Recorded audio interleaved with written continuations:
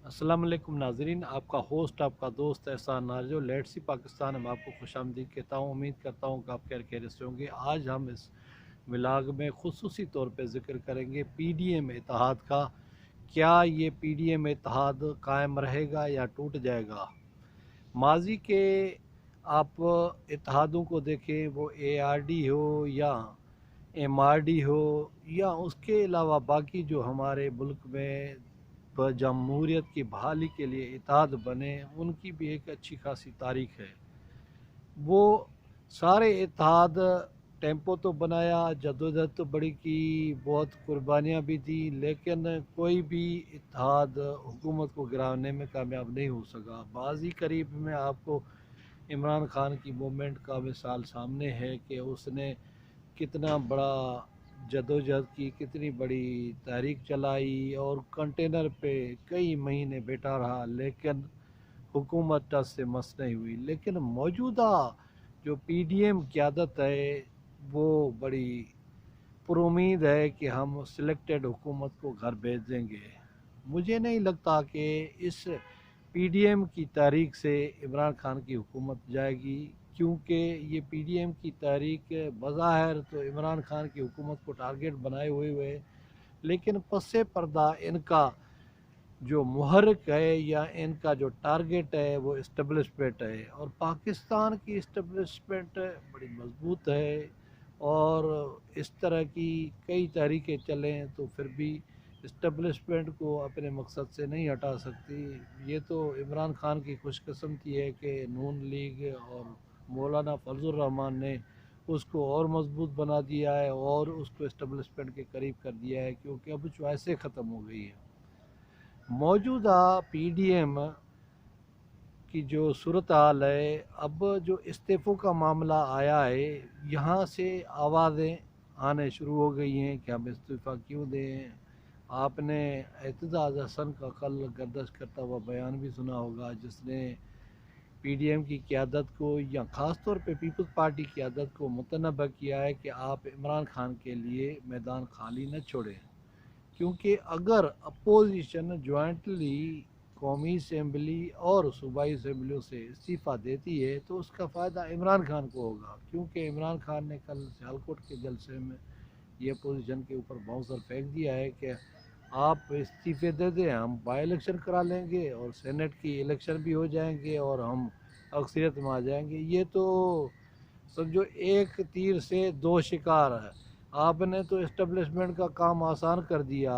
वो इस्टब्लिशमेंट जो 18वीं तरमीम के ख़िलाफ़ है, अगर आपने इस्तीफ़े दे दिए तो फिर तो उसको मौका मिल जाएगा और वो अपनी मर्ज़ी के लोग मुंतखब करा के फिर सीनेट से और कौमी असम्बली से 2/3 की मेजॉरिटी से वो कामयाब हो जाएंगे और 18वीं तरमीम भी ख़त्म हो जाएगी। मेरा ख्याल है कि पीपल्स पार्टी की क़यादत समझदारी से काम लेगी, वो इस्तीफ़े नहीं देगी, क्योंकि पीपल्स पार्टी सिंध में हुक्मरान जमात है, उसको गिलगित बल्तिस्तान में भी वोट मिले हैं, कौमी असम्बली में भी उसकी एक बड़ी अक्सरियत मौजूद है, सेनेट में भी उसके रफ़का मौजूद हैं। तो लिहाजा पीपल्स पार्टी नहीं चाहेगी कि हम इन इस्तीफ़ाओं की तरफ जाएं।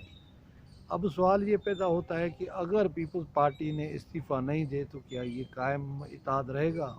वैसे भी इस इत्तेहाद को देखें कि पीटीएम पहले ही इसे निकल चुकी है, यानी पीडीएम टूटना तो शुरू हो गई है, लेकिन उसकी बाकायदा टूटने की इब्तदा पीपल्स पार्टी करेगी और पीपल्स पार्टी दिसंबर के आखिर तक इस फैसले पे पहुंच जाएगी कि वो पीडीएम को खुदाफिज कह दे। मौलाना फजल रहमान के साथ इस बार भी ऐसा ही होगा जिस तरह सेनेट के इंतखाबात में हुआ था, और वो बड़े तुमतराक के साथ बड़े पुरुमीन थे कि सेनेट का चेयरमैन और डिप्टी चेयरमैन अपना लाएंगे, लेकिन इस तरह नहीं हुआ। पाकिस्तान की इस्टब्लिशमेंट को आपने जो फतह करने का बेड़ा उठाया हुआ है, वो भी दो गैर मुंतखब अरकान, एक मौलाना फजल रहमान, दूसरी मियाँ मोहम्मद नवाज शरीफ की साहबजादी मरियम नवाज़, तो वो इलेक्टेड लोगों को कह रहे हैं कि इस्तीफ़ा दे दें। और सबसे बड़ी जो इस इत्तेहाद की आप खामी कह लें या कमज़ोरी कह लें कि उसकी डोरियां लंदन से हिलाई जा रही हैं। यानी जो पीडीएम की गाड़ी है उसको ड्राइव तो मौलाना फजल रहमान कर रहे हैं, लेकिन ड्राइविंग का स्टेयरिंग मियाँ नवाज़ शरीफ के पास है, और मियाँ नवाज़ शरीफ मोअज़्ज़ज़ अदालतों से मफरूर हैं और पाकिस्तान में सज़ा याफ्ता हैं। तो आप अंदाज़ा लगा सकते हैं कि पाकिस्तान से मफरूर एक कायद का क्या हशर हुआ। तो आगे चल के मियाँ नवाज़ शरीफ के साथ भी यही सलूक होने वाला है। उसकी तकरीर तहरीर पे भी पाबंदी लग जाएगी।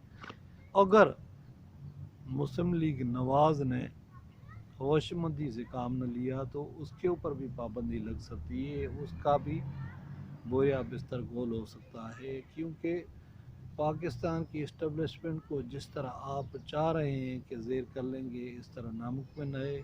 आप ये तहरीक, ये जलसे, ये जुलूस चलाकर इमरान खान को और मजबूत कर रहे हैं और इस्टबलिशमेंट के करीब कर रहे हैं। भला आप अंदाज़ा लगा लें कि वो जमात, वो इत्तेहाद जो इस्टबलिशमेंट को गालियाँ दे रहा हो या उसको बुरा भला कह रहा हो या उनको सिलेक्टेड के ताने दे रहा हो, वो फिर ताज इमरान खान के सर से उठा के आपके सर पे कैसे रखेंगे? ये नामुमकिन है। मौजूदा जो पीडीएम ने फैसला किया है कि इस्तीफ़ों का हरबा एन टाइम पे इस्तेमाल करेंगे, यानी उनका टारगेट है कि इलेक्टोरल कॉलेज टूट जाए और सेनेट के इंतखाबात मुलतवी हो जाएं। मैंने पहले भी यही कहा था कि सेनेट के इंतखाबात वक्त पर होंगे और होकर ही रहेंगे, और मौलाना फजल रहमान की जमात जो पहले ही मादूम हो गई थी अब और मादूम हो जाएगी। सेनेट से भी चंद एक अरकान उसके रह जाएंगे। तो पीपल्स पार्टी शायद इस महीने के आखिर तक इस फैसले पे पहुंच जाए कि पीडीएम को खुदा हाफिज़ कह दिया जाए। क्योंकि पीपल्स पार्टी अब वो वाली पार्टी नहीं रही जो इस्टबलिशमेंट के साथ लंबी लंबी महाज़ायराई करती थी, जदोजहद चलाती थी। आसिफ अली जरदारी जो गुरु समझे जाते हैं मफाहमत के, और उनकी एक बड़ा फ़लसफ़ा और पॉलिसी भी है, तो लिहाजा वो इस्टबलिशमेंट के साथ नो रिटर्न पॉइंट पे नहीं जाएंगे। तो इस सारी सूरत हाल का नतीजा ये निकलता है कि पीडीएम का इत्तेहाद दिसंबर के आखिर तक बिखर जाएगा और ये इत्तेहाद ख़त्म हो जाएगा और मौलाना फजल रहमान के साथ एक बार और धोखा हो जाएगा और पीडीएम की क़यादत फिर किसी और शक्ल में, किसी और सूरत में तहरीक चलाने की तैयारियां करेगी। क्योंकि आपने माजी में भी देखें कि मोहतरमा बेनज़ीर भुट्टो के साथ मियाँ नवाज़ शरीफ ने मिलकर मीसाक जमहूरियत किया था, लेकिन इन दोनों जमातों ने मीसाक जमहूरियत पे एक ढीला बराबर भी काम नहीं किया। हालांकि दोनों जमातें 5-5 साल इक़्तिदार में रहीं। आप देखें कि जब नवाज़ शरीफ के ख़िलाफ़ इमरान खान तहरीक चला रहे थे तो मौलाना फजल रहमान के खुद अल्फाज थे कि इमरान खान किसके इशारे पे ये काम कर रहे हैं, एक जमहूरी हुकूमत, मुंतखब हुकूमत को क्यों ख़त्म किया जाए। आज वही मौलाना फजल रहमान जो उस वक्त ये भाषण देते थे कि किसके इशारे पे इमरान खान ये सब कुछ कर रहा है, तो आज ये सवाल उसी मौलाना फजल रहमान के ऊपर बनता है कि वो किसके इशारे पे ये काम कर रहा है। हालांकि इस्टबलिशमेंट बकौल उनके, वो तो इमरान के खान के साथ खड़ी है। तो फिर ये सारी जद्दोजहद, इस सारी महवर का कौन है पीछे जो मौसीकी चला रहा है या अपोजिशन को मजबूत कर रहा है, इसका नतीजा यही है कि या तो वो नादीदा क़ुव्वतें हैं जो बैरूनी ममालिक से पाकिस्तान को अदम इस्तेहकाम का शिकार करना चाहती हैं। क्योंकि पाकिस्तान खिते के लिहाज से और ख़ास तौर पे सीपे के बाद आलमी क़ुव्वतों का एक समझें कि टारगेट है कि पाकिस्तान में कैसे डिस्टेबलाइज़ किया जाए और हालात को कैसे ख़राब किया जाए। लेकिन पाक फ़ौज की क़यादत ने जिस हसन तरीके से इन सारी साजिशों को डिफ्यूज़ किया है, उनको ख़त्म किया है और पाकिस्तान को एक पुरअमन और तरक्की याफ्ता मुल्क की तरफ डाइवर्ट किया है।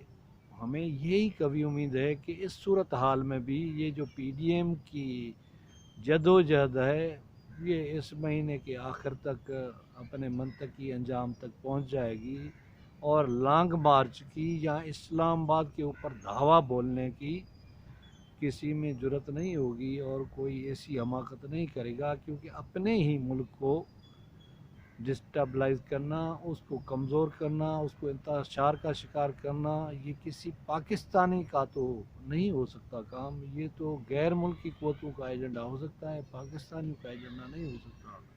तो ये कहा जा सकता है कि लाहौर के जलसे से पहले और लाहौर के जलसे के बाद जो पीडीएम शो करना चाहता है उसके बाद सियासी लोगों की गिरफ्तारियां होंगी और वो जो इस बयाने के ख़िलाफ़ हैं, जो मियां नवाज शरीफ का बयान है या पीडीएम का बयान है, वो लोग पीपल्स पार्टी या नून लीग में जो मौजूद हैं वो आगे निकल आएंगे और वो अपने इस्तीफ़े गैर मुंतखब लोगों के हवाले नहीं करेंगे और न ही इस असम्बली और सूबाई असम्बलियों को यानी इलेक्टोरल कॉलेज को तोड़ने की कोशिश में कामयाब होने देंगे।